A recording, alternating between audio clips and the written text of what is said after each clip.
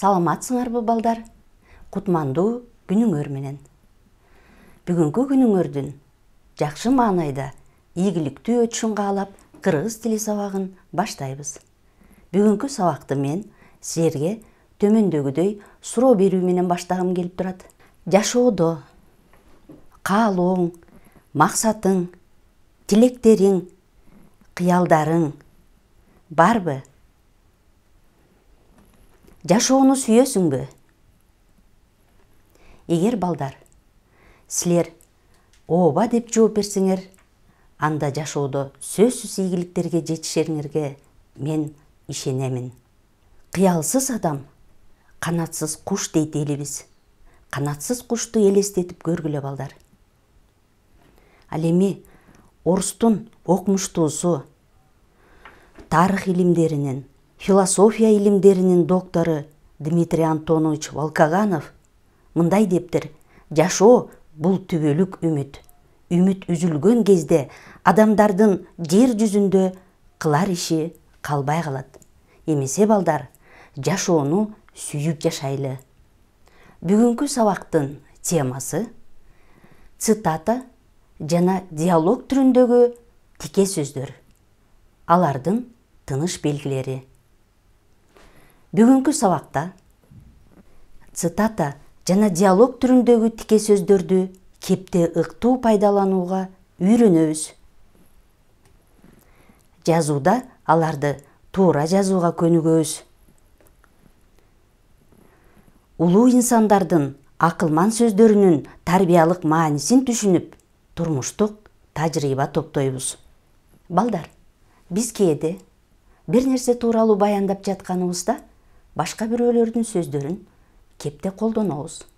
Мисалы, өзүн башкара билген адам эл башкара билет деген экен француз жазуучусу Франсуа Вольтер. Демек, бул сүйлөмдө бөтөн сөз өзүн башкара билген адам эл башкара билет.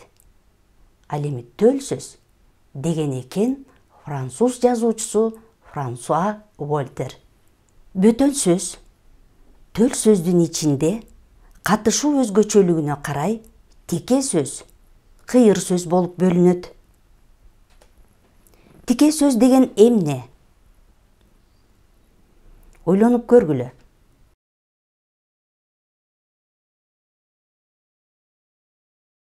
Тике сөз оозеки кепте же жазууда башка бирөөнүн сөзүнүн эч кандай өзгөртүүсүз берилиши.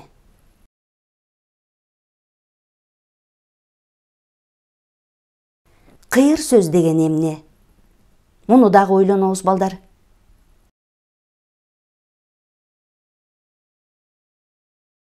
Башка бирөөнүн сөзү сырткы түрү жагынан өзгөртүлүп, жалпы мазмуну гана берилсе, кыйыр сөз болот.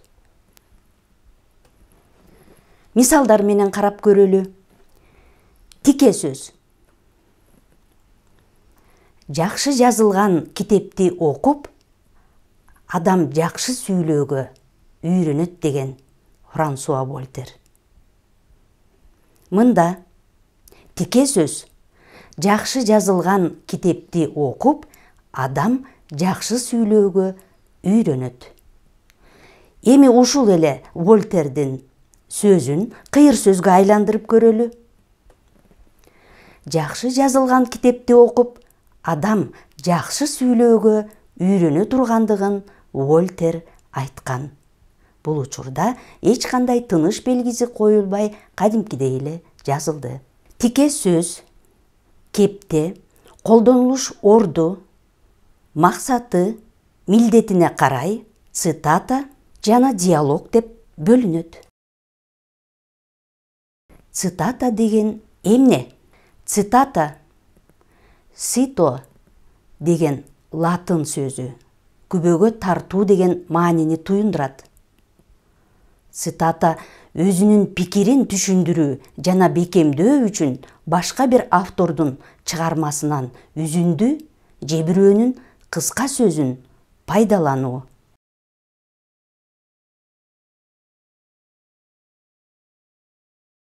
Балдар, цитатаны силер кайсыл учурда, кандай максатта колдоносуңар?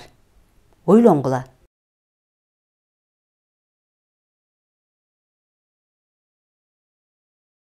Демек, цитатаны бир нерсе тууралуу баяндап жатканыбызда өз сөзүбүзгө толуктоо, далилдөө киргизүү үчүн цитаталарды колдонобуз.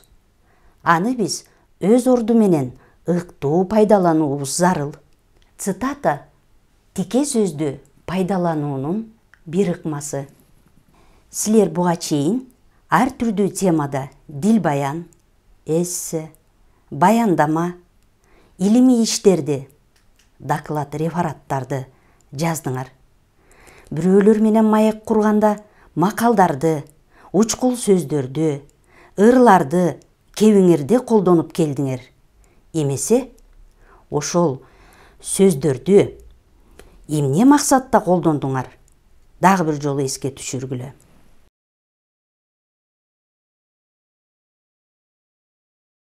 Эмесе балдар, силер улуу инсандардын айткан учкул сөздөрүнө, акылман кептерине көңүл бургула.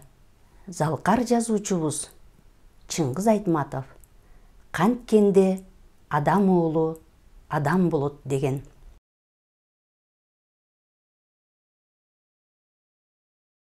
Ал эми коомдук саясий ишмер Исхак Разаков сен таза болсоң, мен таза болсом, коом да таза болот деген.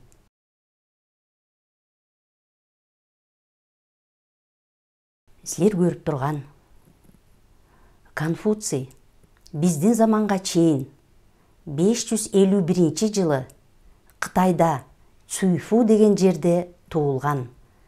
72 жашында каза болгон. Конфуцийдин акылман сөздөрүн бир гана Кытай эле эмес, бүтүндөй дүйнө жүзү кеп кылып келет. Эмесе, Конфуцийдин айрым акылман сөздөрүнө көңүл буруп койгула. Артыңдан сөз кылышса, демек сен алдыда баратасың. Эгер сенин акылыңды жек көрүү сезими каптап турса, демек сен утулдуң. Сулуулук бардык нерседе бар, бирок бардык эле ал сулуулукту көрө албайт. Балдар, силер жогоруда улуу инсандардын кемеңгер сөздөрүнүн жазылышын байкасаңар, кадимкидей эле тыныш белгилери жок жазылды. Эми кийинки учурда ошол кемеңгер сөздөрдү цитата кылып пайдаланганда кандайча жазабыз? Ошого көңүлүңөрдү бургула. Цитатаны жазууда төмөнкүдөй тыныш белгилери коюлуп жазылат. Биринчи учур. Адамга эң кыйыны күн сайын адам болуу деген Чыңгыз Айтматов. Демек, биринчи учурда цитата сүйлөмдүн башына келди дагы, төл сөз сүйлөмдүн аягына келди. Демек, бул учурда цитата тырмакчага алынып, өзүнөн кийин үтүрүлүү сызыкча коюлуп жазылды. Экинчи учур. Исхак Разаков мындай деген: бирөөнүн күчтүүлүгүнөн эмес, өзүңдүн чабалдыгыңан корк. Экинчи учурда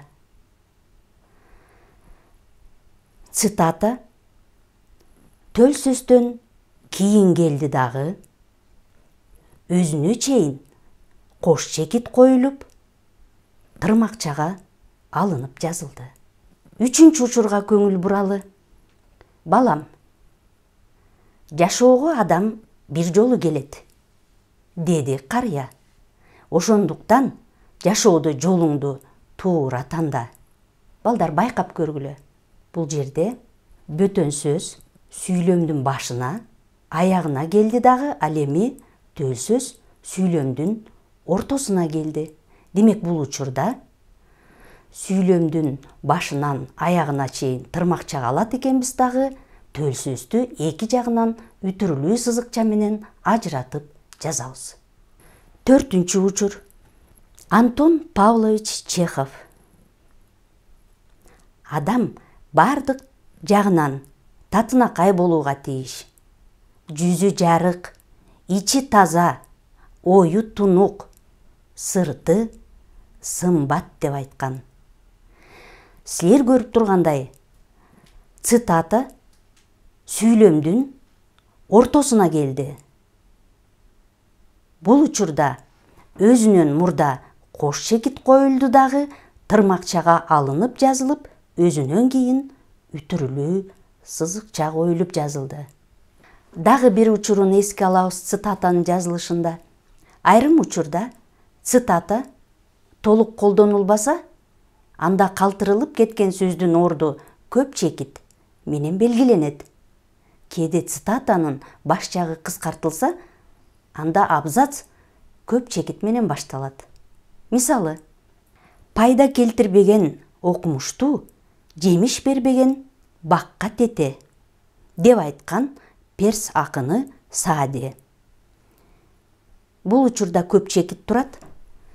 Цитатанын алдында, демек бул жерде дагы Саадинин айткан сөздөрү бар. Цитата тырмакчага алынып, чоң тамга менен жазылды дагы, өзүнөн кийин үтүрүлүү сызыкча коюлду. Кийинки учурга көңүл бурабыз.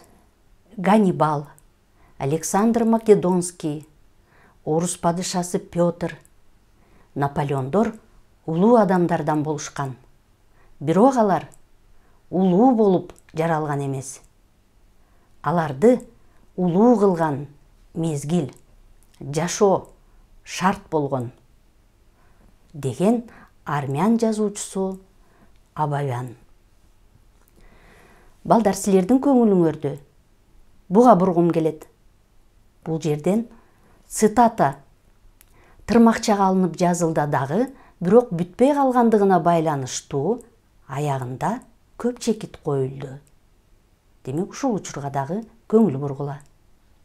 Балдар, силер эссе, дил баян, баяндама жазып атканда акындардын чыгармаларынан көп колдоносуңар.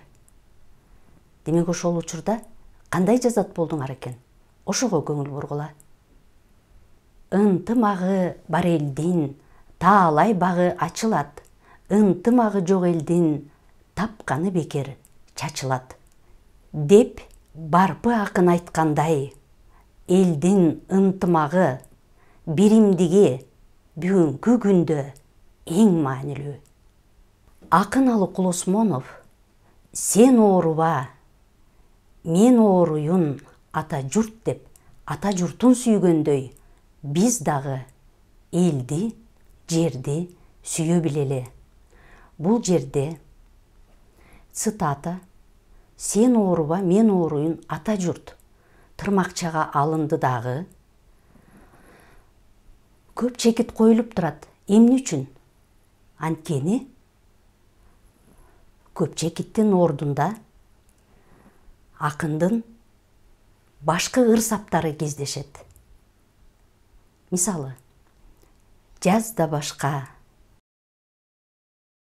жел тийбесин абайла, көпкө турбас мообул турган сур булут, бүт дартыңды өз мойнума алайын, сен ооруба, мен ооруюн ата журт.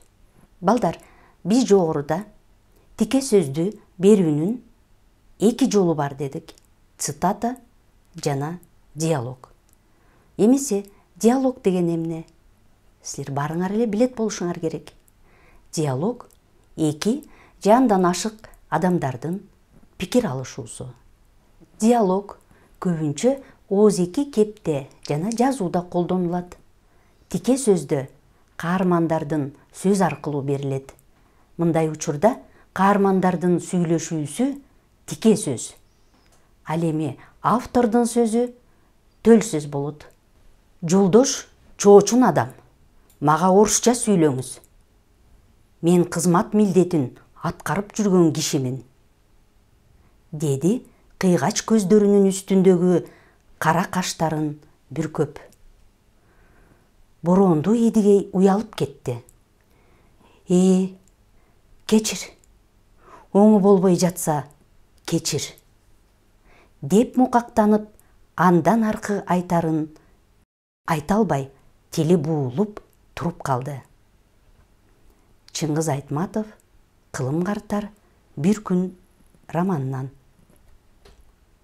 Жогоруда балдар силер көргөндөй, тике сөздө каармандардын сөзү аркылуу берилет. Мындай учурда каармандардын сүйлөшүүсү тике сөз болот, ал эми автордун сөзү төл сөз болот экен. Эми диалогдо сүйлөмдөрдүн жазылышына көңүл бургула. Диалогдо сүйлөмдөрдүн ар бири жол башынан башталып жазылат да, алдына сызыкча коюлуп жазылат. Мисалы, иш илгери Жороке. Айтканың келсин, балам. Жороке, ишиңиз кандай жүрүп жатат? Жаман эмес, балам, деди Жоробай карыя.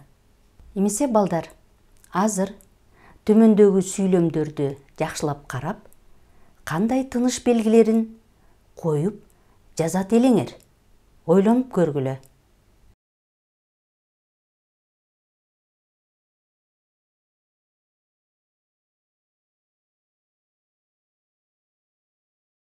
Жогорудагы сүйлөмдөрдүн туура жазылышына көңүл бургула.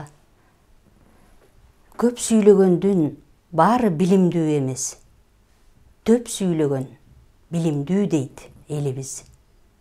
Демек, бул жерде көп сүйлөгөндүн баары билимдүү эмес, төп сүйлөгөн билимдүү цитата катары алынды дагы, тырмакчага алынып, баштамга менен жазылды, өзүнөн кийин үтүрлүү сызыкча коюлду.